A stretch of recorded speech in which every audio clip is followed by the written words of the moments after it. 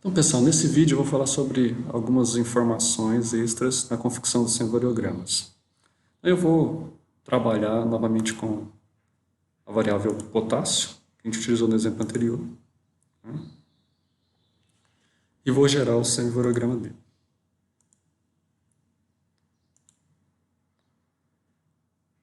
Então, vamos lá. No vídeo anterior, nós escolhemos o lag distance de 231 e o lag class de 42. Mas por que nós definimos o lag distance e o lag class como esses valores arbitrários?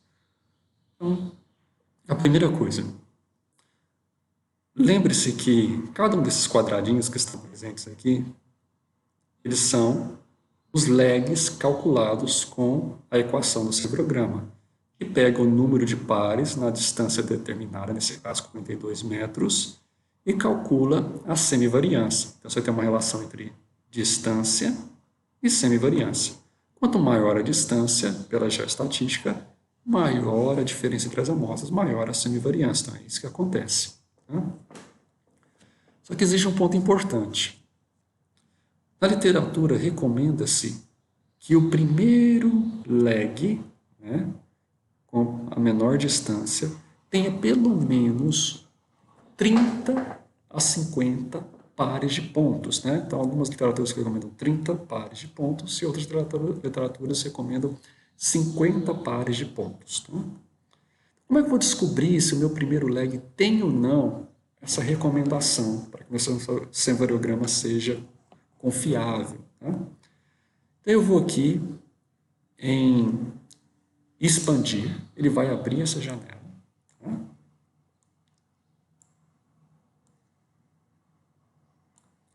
E nessa janela eu vou clicar em listar. List. O que ele listou aqui? Ele listou os lags que nós trabalhamos, nesse caso trabalhou de 1 a 6. Por que de 1 a 6? Né? Porque foi a distância máxima que nós demos num intervalo, né, de pares, né, começando com 41 pontos. Aqui são a semivariância para cada um dos lags e aqui o número de pares. Nesse caso aqui, com uma distância de 42 metros, né, ele conseguiu encontrar 45 pares de pontos distanciados. Então, está acima de 30, está ok. Então, nesse caso aqui, estaria ok o uso de 42 metros para o cálculo do primeiro lag. Então, ok. Fechei aqui. Vou só mudar essa distância só para vocês verem a alteração do número de pares. Vou colocar uma distância menor aqui, 40 metros. No caso lá, a menor distância na área é de 40,31 metros. Se eu ir novamente em expandir e listar, vocês vão perceber que com a distância de 40 metros ele não encontrou nenhum par para o primeiro lag distance. Então não está ok. Né? Então a distância de 40 metros não vai funcionar. Então eu volto a colocar a distância de 42 metros. Né? Mando calcular, expandir e listar. E eu tenho 45 pontos. Então, sempre deve ser observado se o primeiro lag tem 45 ou tem mais do que 30 pares. Okay? E isso vai ser determinado principalmente pelo valor escolhido no lag distance. Tá? Então, essa é uma informação importante. Outra coisa que às vezes é necessário é que muitas vezes pode existir alguns pontos que são outliers ou que estão gerando problemas na configuração do semivariograma. Às vezes algum ponto com valor muito alto, próximo de valores muito baixos e que pode gerar problema na hora da confecção, aumentando o efeito pepita, né, do seu semivariograma. Então, o que a gente pode fazer? Em alguns casos, você identificar alguns pontos ou muito altos ou muito baixos, você pode excluir esses pontos e fazer análise sem ele. Como é que funciona isso? Então, vou pensar a seguinte questão. Vou dar uma olhada aqui na estatística, no gráfico de distribuição. Eu percebo que na cauda tem os valores mais altos aqui que está puxando essa cauda está aumentando a assimetria dos dados. Digamos que eu decida, né, por eliminar os valores maiores. Então, ele me dá a seguinte opção, eu posso clicar aqui em cima, e aí ele vai listar em ordem crescente do menor valor ao maior valor. Né? Digamos que eu queira retirar o valor 14, né, que é o valor maior. Eu clico com o direito em cima dele, ele vai ficar vermelho, né? E depois eu venho nesse botão reconstruir, para ele fazer agora a avaliação sem o valor 14. Venho aqui novamente no resumo da estatística, vocês vão perceber que agora não tem mais 53 pontos, mas tem 52 pontos e um entre parênteses, ou seja, esse ponto aqui é o ponto que foi retirado. Na hora de fazer o semiograma, ele vai calcular, então, esse semiograma sem esse valor 14. Por enquanto, ele não mudou nada muito drástico. Né? Vamos ver se mudou o número de pares. Clico novamente em expandir, listar. Reduziu um pouco, né? Foi de 45 para 43, mas ainda está ok. Eu posso tirar mais alguns. Vou tirar aqui mais o 13, esse outro 13 aqui, mando rodar. Importante é que o número de amostras retiradas não ultrapasse 10% dos seus dados totais. Então, por exemplo, nesse caso nós temos um número de 53 amostras, não é recomendado que retire mais do que 5 amostras, tá? E só se realmente for necessário. Vou rodar novamente, calcular. Agora vocês percebem que até o modelo mudou e que o lag distance caiu um pouco. Então, talvez essas amostras com valores maiores estão interferindo no cálculo, principalmente do primeiro lag. Né? Novamente vou expandir e listar. Reduzir o número de pares, mas ainda está acima de 30, então ainda assim está adequado. Né? Eu posso mudar esse modelo, porque esse modelo está fazendo com que o efeito Pepito venha aqui para baixo, né? Que pode gerar... Não é real. Então, eu posso vir aqui em modelo, posso aumentar um pouco, posso mudar o modelo, vou pôr um esférico. Né? Posso aumentar um pouco o efeito Pepita, se eu quiser. Vou dar um OK. Certo. Se eu quiser voltar com os dados, mesma coisa, clica com o direito em cima deles e depois clica em Rebuild. E aí ele volta a trabalhar com todos os dados. Qual é a outra forma da retirada desses dados?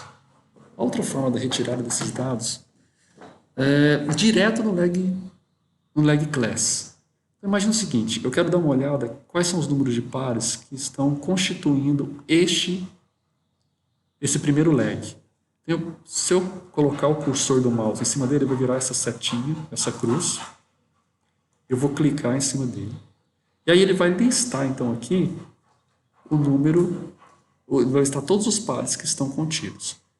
Esses valores, esses pares que estão muito altos, significa que existe uma divergência muito grande, ou seja, eles estão sendo constituídos por valores muito altos e muito baixos, próximos, né? Então, vamos ver esse primeiro aqui. Então, esse daqui ele é constituído das amostras 10 e 51. Se eu clicar aqui, então a amostra 10 é uma amostra um valor baixo, 2,58, e a amostra 51 é um valor alto, de 3,45. Então, talvez seja por isso que ele está fazendo com que esse valor seja tão alto e talvez esteja gerando erro na hora da confecção daquele lag class. Se eu quiser mascarar, eu posso clicar, e aí ele vai retirar aquele valor. Então, eu vou clicar aqui, ó, Mask, em OK. Vocês vão perceber que foi, então, retirado o valor de 13,45. E aí, a gente percebe que o lag distance caiu um pouco aqui. Mudou novamente o modelo. Eu posso mudar novamente esse modelo, colocar um esférico, né? Mas parece que melhorou um pouco a nossa configuração da dependência espacial.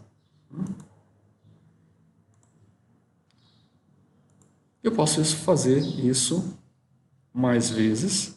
Posso fazer em todos os lags se eu quiser. Tá? Esse está o lag 1. leg 2, leg 3, leg 4, leg 5, leg 6. Mas geralmente o mais importante seria no leg 1. Tá?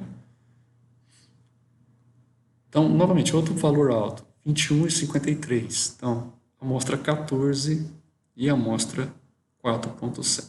Né? Amostra 53. Eu posso, se eu quiser mascarar essa amostra 14, eu posso vir aqui diretamente, ou eu posso fazer por aqui. Mando reconstruir.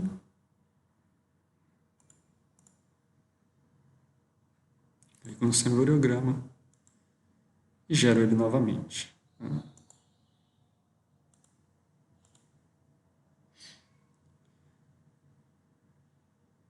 Se vocês olharem aqui, agora são 51 amostras e 2 retiradas. Então, eu posso fazer isso conforme a necessidade. Tá? Outra coisa importante, o valor do leg distance ele deve ser padronizado para todas as variáveis. Tá? Isso porque o leg distance vai influenciar no valor do alcance. E se eu tiver valores diferentes de leg distance e eu quiser comparar essas variáveis, no caso aqui as variáveis folhas, eu posso ter alguns problemas na hora da comparação, porque não posso utilizar leg distances diferentes para comparar variáveis. Então é interessante que seja padronizado o leg distance e muitas vezes padronizado também o leg class. Tá? Então como é que eu vou saber qual que é o leg distance ideal? Muitas vezes você vai ter que fazer por tentativa e erro. Fiz a primeira variável, encontrei que o melhor leg distance seria 231. Mas de repente eu cheguei no nitrogênio e encontrei que o melhor é 250. Então você tem que voltar na variável e fazer 250 para todas elas. Tá? Então, é importante que seja padronizado o leg distance, né? Na maioria das vezes, quando possível. Então, pessoal, nesse vídeo eu acrescentei algumas informações de como retirar amostras, realocar, da questão do número de pares. Vamos ver novamente aqui se o número de pares está ok. Expandir, listar. Então está com 40, então está ok ainda, mesmo retirando aqueles dois valores. Né? E também na necessidade da padronização do leg distance e da definição do leg class para que tenha no primeiro leg pelo menos 30 pares. Beleza? Então esse seria o nosso terceiro vídeo.